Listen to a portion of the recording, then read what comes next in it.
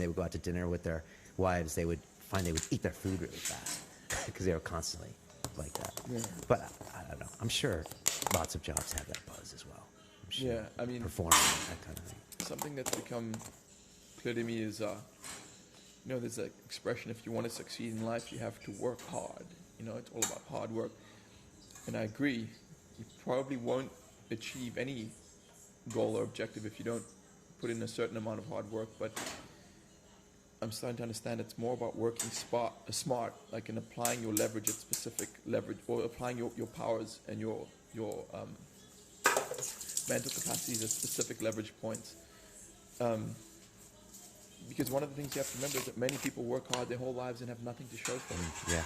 It's making it very hard to take a bird's eye view of your life and to critically assess your own capabilities. I think you've done that. I've heard you talking to people before, and you're like, I'm not good at this. You do this. I'm good at this. But I think maybe it's hard to do that. I mean, It's very difficult. Are you able to do that? Well, it's impossible to be completely objective about your life or anything else. I mean, It is. We're all super subjective. Exactly.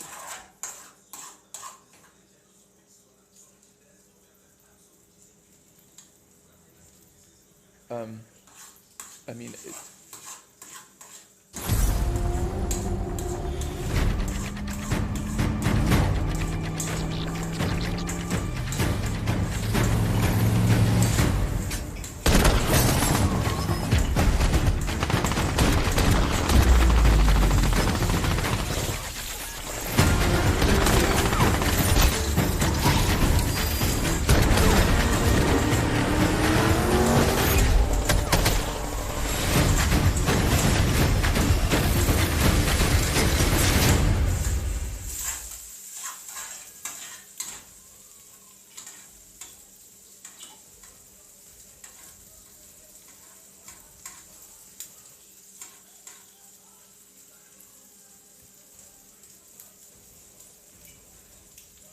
one of the exercises I try to do is every now and then I just try to imagine my life as a stranger looking in. But maybe that gives me a slight bit of clarity, but at the end of the day, my mind will take me where it wants me to go. There's nothing I can do about that. Do you know what I'm saying? Yeah, I know what you're saying. It's good, though, if you can try to look at your consciousness from the outside. Observing ego, right? Yeah, observing ego, if you can do it. I was just thinking of something random. Will Smith said before he made Men in Black with Tommy Lee Jones, one of his breakout movies, and also when he did, what was that one where America gets taken over by those aliens? I forgot the name. Independence Day. Him and his manager took a step back and they said, what are the top 10 grossing movies of the last 10 years? They all were science fiction and had creatures. And he said, these are the top 10 movies. Star Wars.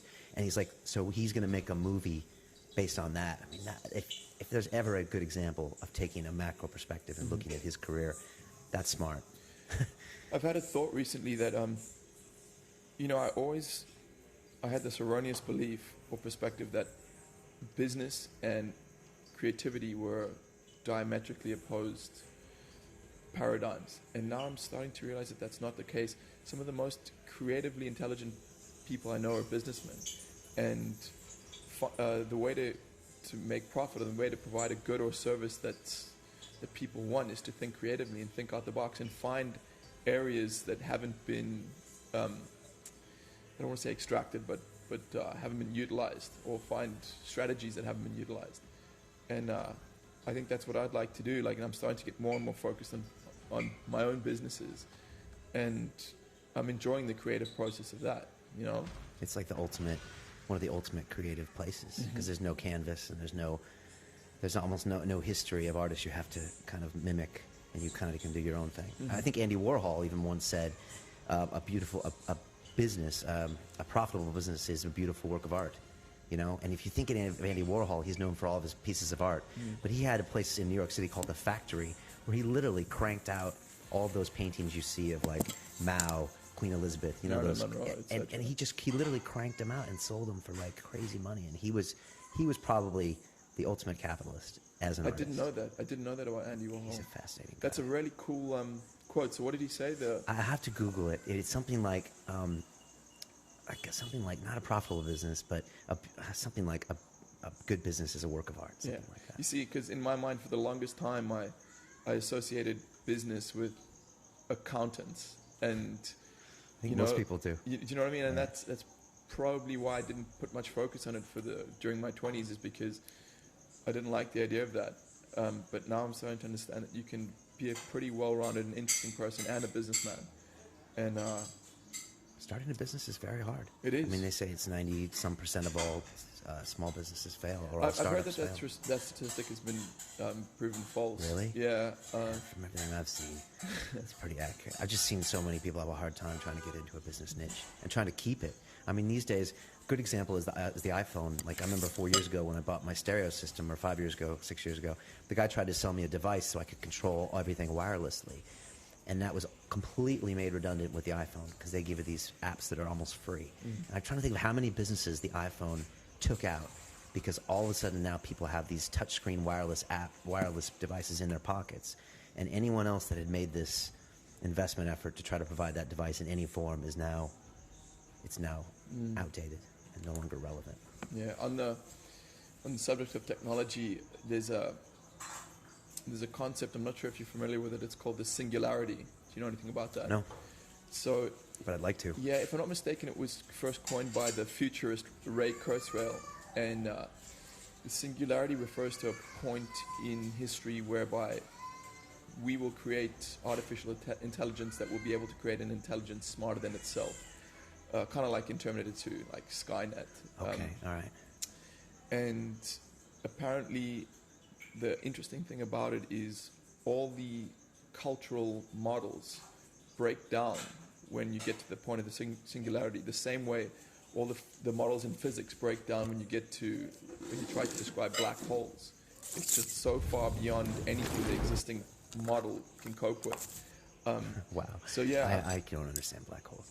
I'm quite interested. I think we are approaching something like that. I've got a friend he's doing his PhD in artificial intelligence, and some of the stuff he tells me is just absolutely fascinating. Wow. I mean, you see it on the ground with this new Siri, speak to thing on the iPhone. Yeah. From everyone I've spoken to, it's pretty incredible. Yeah. As in, they have conversations with her. Mm-hmm. And I mean, I'm just thinking about waking up every morning and saying good morning to my iPhone, and where that goes from there, and having semi-intelligent to artificially intelligent conversations with your devices. Gosh, that's scary. On the subject of the iPhone, I just am continually amazed by that piece of technology. It is. I always tell people it's the most amazing thing I've ever held in my hand. It's the last thing I look at night before I go to sleep, and in the morning it's the first thing I reach for. More than your children, right? I don't have children. But if you did, it would still be the case, right? Well, yeah, maybe. Depends how smart my children are, right? Yeah. It's impressive. I remember when you got one. This was like 3 or 4 years ago, and I didn't have one yet. And you looked at me. I used to carry around my Sony Ericsson and my iPod, together. And you said, "Brian, don't think, just buy one." Yeah. And I was just like, "Okay," and I did, and It's a great, amazing thing. didn't look back. Yeah. Apparently, Steve Jobs saw that technology presented to him when they were working on a tablet, and he saw the touchscreen and how versatile it was, and he said, "We're not going to make a tablet. We're going to make a phone with that."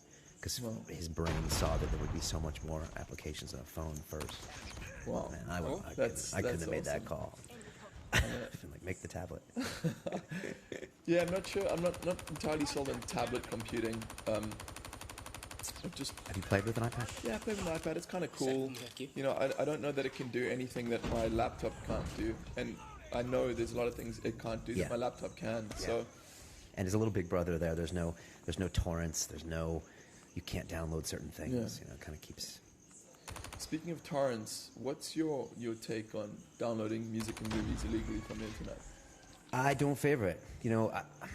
I'm in two ways. I mean, I made a film, okay, and so when people just download films and watch them, it makes me a little angry, because I do respect artists' rights and they're proprietary and they have a right to sell their art. And there's a whole business in Hollywood that wouldn't exist.